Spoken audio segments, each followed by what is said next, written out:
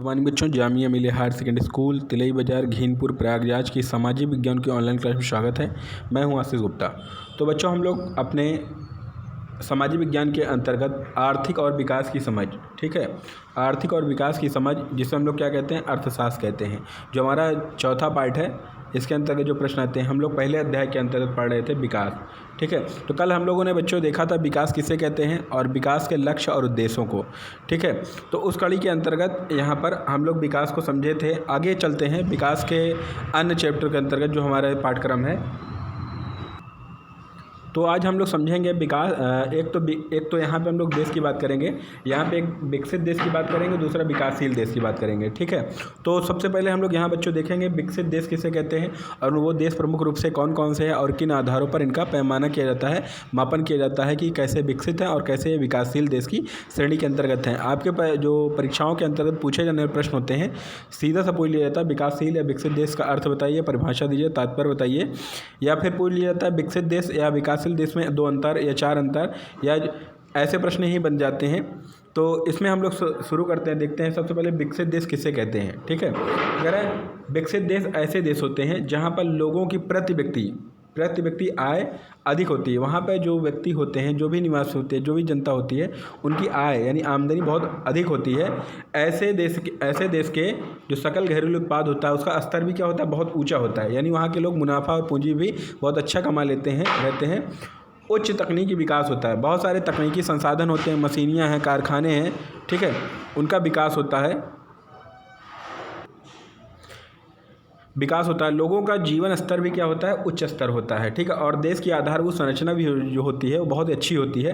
तो देख लीजिए, ठीक है, कह रहा कि विकसित देश ऐसे देश के लोग होते हैं जहाँ के प्रति व्यक्ति की आय भी अधिक होती है, उनका सकल घरेलू उत्पाद भी ऊंचा होता है और तकनीकी संसाधन भी वहाँ पे विकसित होता है, लोगों का जीवन स्तर भी उच्च होता है। यानी वो लोग सुख संपन्न जीवन व्यतीत करते हैं, जिसे हम लोग क्या कह देते हैं, अमीर देश और गरीब देश कह देते हैं ना, ठीक वहाँ पर भी, ठीक है। आगे देखते हैं, आगे क्या कह रहा है, विकास, ठीक है, विकास बहुत अच्छा होता है। यानी जो विकसित देश हैं इनके अंतर्गत विकास बहुत अच्छा होता है।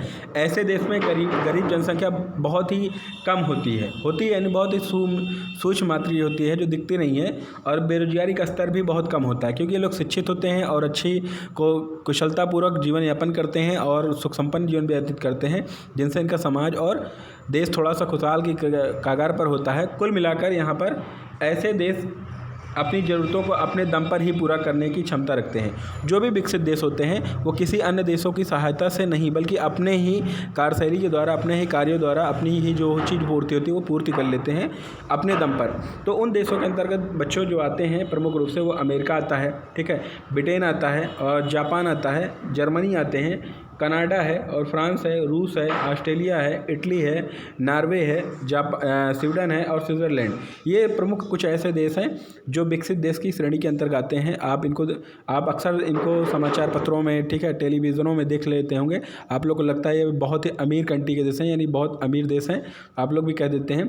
तो ये सभी विकसित देश हैं। इनका सीधा सा जो तात्पर्य है कि इन्होंने समय के साथ काम किया और अपने जो भी संसाधन थे, प्राकृतिक संसाधन, अन्य भी जो संसाधन थे, उसका उन लोगों ने भरपूर फ़ायदा उठाया और ये विकसित हो गए। तो बच्चों आगे चलते हैं, आगे देखिएगा विकासशील देश, ठीक है, विकासशील देश है। तो विकासशील देश ऐसे देश के लिए शब्द हम प्रयोग करते हैं जिसके भौतिक सुखों का स्तर क्या होता है, निम्न होता है। उल्टा कर लीजिए इसका, ठीक, उल्टा कर लीजिए अपने आप, यानी उसका हम लोग विपरीत लिखेंगे तो अपने आप अंतर हो जाएगा। इनका भौतिक सुखों का स्तर क्या होता है, निम्न होता है। चूँकि विकसित देश नामक शब्द का कोई भी एक परिभाषा अंतर्राष्ट्रीय स्तर पर मान्यता प्राप्त नहीं की गई है, ठीक है। जो हमारे विश्व स्तर पर इसकी कोई परिभाषा ऐसी नहीं दी गई कि विकसित देश कहलाएंगे और विकासशील देश कहलाएंगे। तो आप सामान्य अर्थ में कह सकते हैं विकसित देश वो देश होते हैं जो सुख संपन्न से जीवन व्यतीत करते हैं, और जो विकासशील देश होते हैं उनका जीवन थोड़ा सा सुखमयपूर्ण नहीं होता, ऐसा कह सकते हैं, ठीक है। अंतर्राष्ट्रीय स्तर पर कोई परिभाषा नहीं दी गई है। अतः विकास के स्तर इन तथाकथित विकासशील देशों में व्यापक रूप से अलग अलग हो सकते हैं। यानी हर व्यक्ति की, हर विचारधारा की, हर देश की, कंट्री की जो भाषाएं होती हैं उनकी परिभाषाओं के अंतर्गत ये अलग अलग हो सकते हैं। किंतु एक सामान्य अर्थ में हम लोग जो अंतर की बात करते हैं तो अंतर अपने आप निकल जाता है। विकसित देश वे देश होते हैं जो अपने जीवन को सुख में व्यतीत करते हैं, और विकासशील देश वे देश होते हैं जिनको, ठीक है, भौतिक जीवन का स्तर निम्न होता है। विकसित देश के अंतर्गत, ठीक है, किसी प्रकार के रोजगार के अवसर की वहाँ पर उपलब्धता होती है और विकासशील देशों के अंतर्गत रोजगार की उपलब्धता नहीं होती। तीसरा कह सकते हैं, ठीक है, विकसित जो देश है उनके पास संसाधनों का विकास होता है, विकासशील देशों के पास संसाधनों का विकास अभी तक नहीं हो पाया है। आगे की कड़ी में देखते हैं हम इसमें, ठीक है, विकसित देश के अंतर्गत वे सभी देश क्या होते हैं, अपने सकल घरेलू उत्पाद को ऊंचा बनाए रखते हैं, और जो विकासशील देश हैं इनके सकल घरेलू उत्पाद को निम्न पाया जाता है, ठीक है। उनकी विकसित देश को मृत्यु दर अधिक होती है, यानी उच्च होता है उनका मृत्यु दर, वो सही होता है, और हमारे जो विकासशील देशों में होता है ये उनके शिशु मृत्यु दर निम्न होता है। कारण है कि यहाँ पे जब गरीबी रहेगी तो उनके पास संसाधनों की कमी रहेगी, तकनीकी संसाधन की कमी रहेगी, तो जो स्वास्थ्य सुविधाएं हैं वो उसको पूर्ति नहीं कर पाएंगे, ठीक है। तो आगे चलेंगे बच्चों, आगे हमारा जो विकसित देश की कुछ विशेषताएं हैं, विशेषताएं पूछी जाती है, देख लीजिए, इसी में अंतर भी निकाल लीजिएगा, ठीक है। ये नई तकनीक व विकसित उद्योग इनका होता है, ठीक है। जो विकसित देश होते हैं इनके पास नई नई तकनीकी होती है और नए नए उद्योग होते हैं, ठीक है। आज देखिए बहुत सारे हम लोग नए नए शूज पहनते हैं, नए नए चीज़ के ब्रांडेड जो भी सामग्रियाँ आती है उसका यूज करते हैं, तो ये जो विकसित देश होते हैं बहुत तेज़ी बनाते हैं, और जो विकासशील देश है उनको बनने में बड़ा बहुत समय लग जाता है उनको पहुँचने में। आगे है उच्च स्तरीय रहन सहन होता है, यानी उनका जो जीवन यापन होता है बहुत उच्च होता है, ठीक है। आप देख सकते हैं भोगवादी जीवन जीते हैं लोग, खान पान अच्छा करते हैं, और जो विकासशील देश होते हैं वो अपना रूखी सूखी रोटी खा के अपना जीवन यापन करते हैं। आगे चलेंगे तीसरे के अंतर्गत, ठीक है। तीसरा कह रहा है उच्च प्रति व्यक्ति आय, यानी यहाँ के प्रति व्यक्ति की आय उच्च होती है, अच्छी पूंजी होती है, मुनाफा अच्छा होता है। आगे साक्षरता दर भी उच्च होता है, यानी यहाँ पे लोग शिक्षित होते हैं, पढ़े लिखे होते हैं, तो इनकी शिक्षा भी अच्छे स्तर पर होगी, लर्निंग भी अच्छी होगी, तो जब लोग पढ़ेंगे लिखेंगे कुशल होंगे तो अपने आप रोजगार के अवसर होंगे, इनका देश विकास करेगा।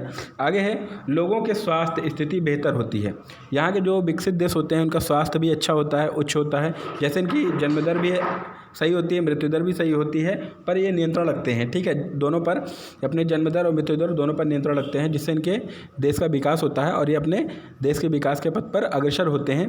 आगे है विकासशील देशों की कुछ विशेषताएं देखेंगे, ठीक है। विकासशील देशों के अंतर्गत औद्योगिक रूप से पिछड़े होते हैं, ठीक है।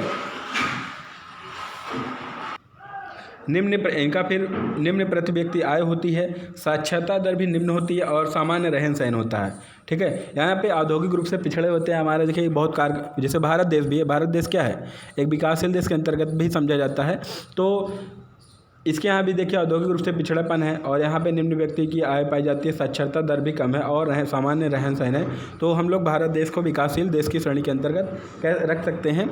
आगे है बच्चों, आगे कह रहा है कि बेहतर स्वास्थ्य का अभाव पाया जाता है, ठीक है। यहाँ पे अधिक मृत्यु दर भी होती है। जब आप बताइए स्वास्थ्य सुविधाएं की उपलब्धता नहीं होगी तो अपने आप वो पिछड़ जाएंगे, और बहुत सारे से तकनीकी संसाधन है स्वास्थ्य के लिए वो नहीं होते, इस कारण से हम लोग उसके पिछड़ जाते हैं। आगे कह रहा है कि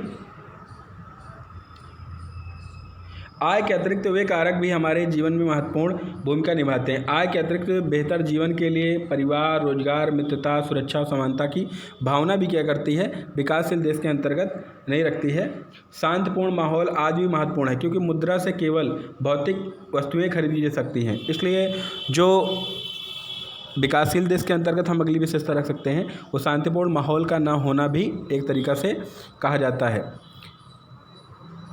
तो यहाँ पे बच्चों हम लोगों ने पढ़ा, ठीक है, विकसित देश और विकासशील देश किसे कहते हैं, इनके बीच अंतर। आगे देखते हैं,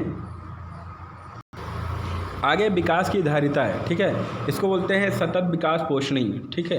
ये 1992 में शुरू किया गया था, आप ध्यान रखिए, सतत पोषणी विकास, ठीक है, पोषणी विकास 1992 में, ठीक, ये जो नियम चालू हुआ था। तो सबसे पहले हम देखेंगे सतत विकास की धारिता, यानी विकास की जो धारिता शब्द है इसका तात्पर्य क्या होता है, ठीक है। करा कि विकास की धारिता से अभिप्राय है कि पर्यावरण को ठीक है, पर्यावरण को नुकसान पहुंचाए बिना विकास करना ही, तथा वर्तमान पीढ़ियों के ज़रूरतों के साथ साथ भावी पीढ़ियों की ज़रूरतों को ध्यान रखना पड़ता है, ठीक है। सामान्य अर्थ में कह सकते हैं, यहाँ पे आपसे प्रश्न थोड़ा सा घुमा के पूछ लिया जाता है ज्योग्राफी की भाषा के अंतर्गत, सतत पोषणी विकास किसे कहते हैं, ठीक है। आपको जब संसाधन पढ़ाया जा रहा था उसमें ये दिया गया था, ठीक है, आपको याद होना चाहिए सतत पोषणी, ठीक, आप लिख लीजिए सतत पोषणीय विकास, ठीक है बेटा, सतत पोषणीय विकास। ठीक। अब ये सामान्य से जाइए, सतत पोषण मतलब हरदम, ठीक है, सतत मतलब कह सकते हैं।